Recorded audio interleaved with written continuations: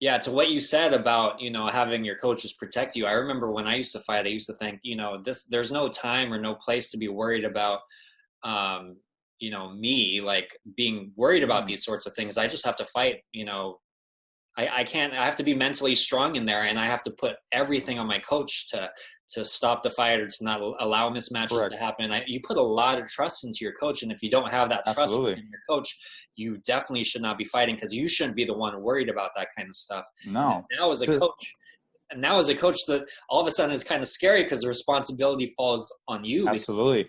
people have so much Absolutely. trust in you, and I'm not going to let certain things happen. I will be glad to throw in the towel for a fighter, because I don't want my fighter to have to worry about that sort of thing. How's that changed for you now that you're on the other side of things? Okay, so I'm glad you brought this up, and I definitely see the other side of the coin, right? I tell my athletes from day one, their health and their safety is my number one priority over everything, over wins, over losses.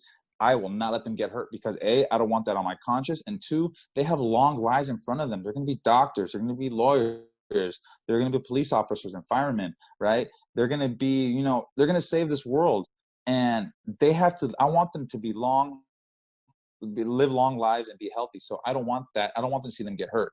So as a coach, I'm very, very meticulous about what I deem if they're prepared or not, right? I'm looking at a certain criteria. How consistent are they in the gym? Are they running? Can they spar, right? 3 rounds minimum at 3 minutes at 30 seconds break, right? Can they go extra? And if I put them on the heavy bags, are they hitting the bag with ferocity and consistency, or are they doing one and then they take a breath, one and take a breath? I need a high tempo.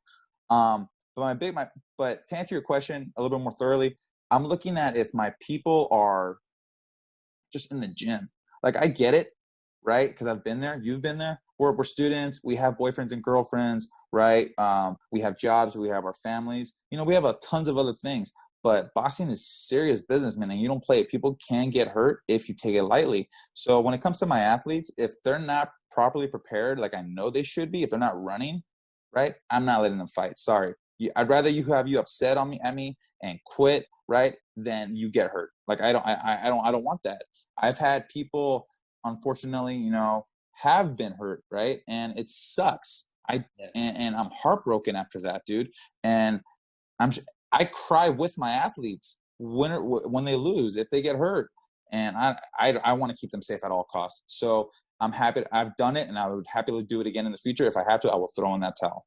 Yeah. But on the flip side, I have one of my current boxers, Chloe Beverina. She's one of the most hardest working people I know, man. She's constantly running, doing 2 days, sometimes 3 days. She's meticulous with the weight, right? If it, I'll take she's a road warrior. I'll take her to fight any day of the week, and I'll put her in Yeah. there with anybody because I know she's prepared and she's ready to go. She's bugging me and hunting me down. That's when you're doing that, then I know you're ready to go. Yeah. She's You earned know, your trust, right? yeah, absolutely. I trust her through and through. But to